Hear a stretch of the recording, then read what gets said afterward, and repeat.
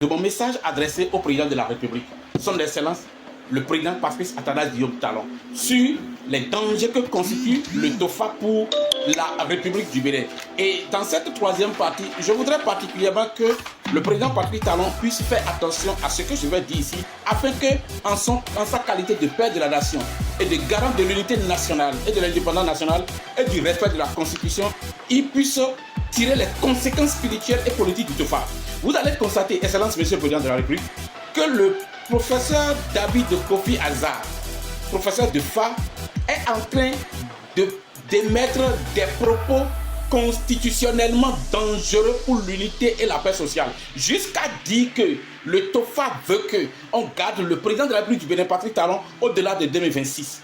Ce qui veut dire que le TOFA, aujourd'hui, émet une volonté contraire à la Constitution. Mais je ne veux pas d'abord me prononcer sur le danger que cela constitue, parce que déjà, dans ce livre, la crise des constitutions dénormativées, 620 pages, cartonnées, payé 1000 francs CFA, tous les Béninois doivent lire ça. Dans ce livre, j'ai déjà produit les résultats de mon étude de la révision de la Constitution, intervenue le 7 novembre 2019. Et au terme de mon étude, nous sommes dans une nouvelle république et le président de la République, Patrice Talon, peut être bel et bien candidat aux élections présidentielles de 2026. C'est dans ce livre, les Béninois ne lisent pas, nos cadres intellectuels ne lisent pas.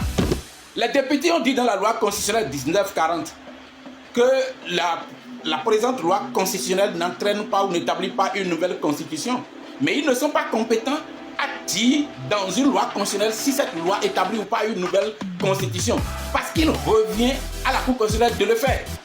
Les députés n'ont pas compétence à qualifier ou à faire un contrôle de constitutionnalité a priori. J'ai déjà vidé ce problème. Et nonobstant l'article 2 de cette loi constitutionnelle qui dit que la présente révision n'établit pas une nouvelle constitution, nous sommes bel et bien depuis le 7 novembre 2019 dans une nouvelle république et le compteur est à zéro pour le président Patrice Talon qui peut bel et bien être candidat en 2026. Il peut bel et bien.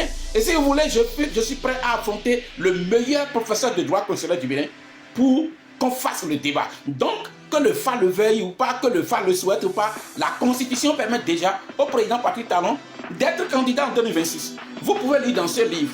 Et en l'occurrence, la Constitution de 2019 qui dit que nul ne peut de sa vie faire plus de 2 mandats, cette disposition de la Constitution est réputée non écrite. Parce que en droit, la loi ne peut pas être rétroactive. On ne peut pas avoir une nouvelle constitution et l'ancienne constitution va avoir une disposition qui s'impose.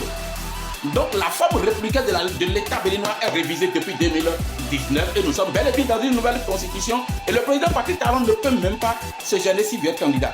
Ce débat vidé. Le président Patrice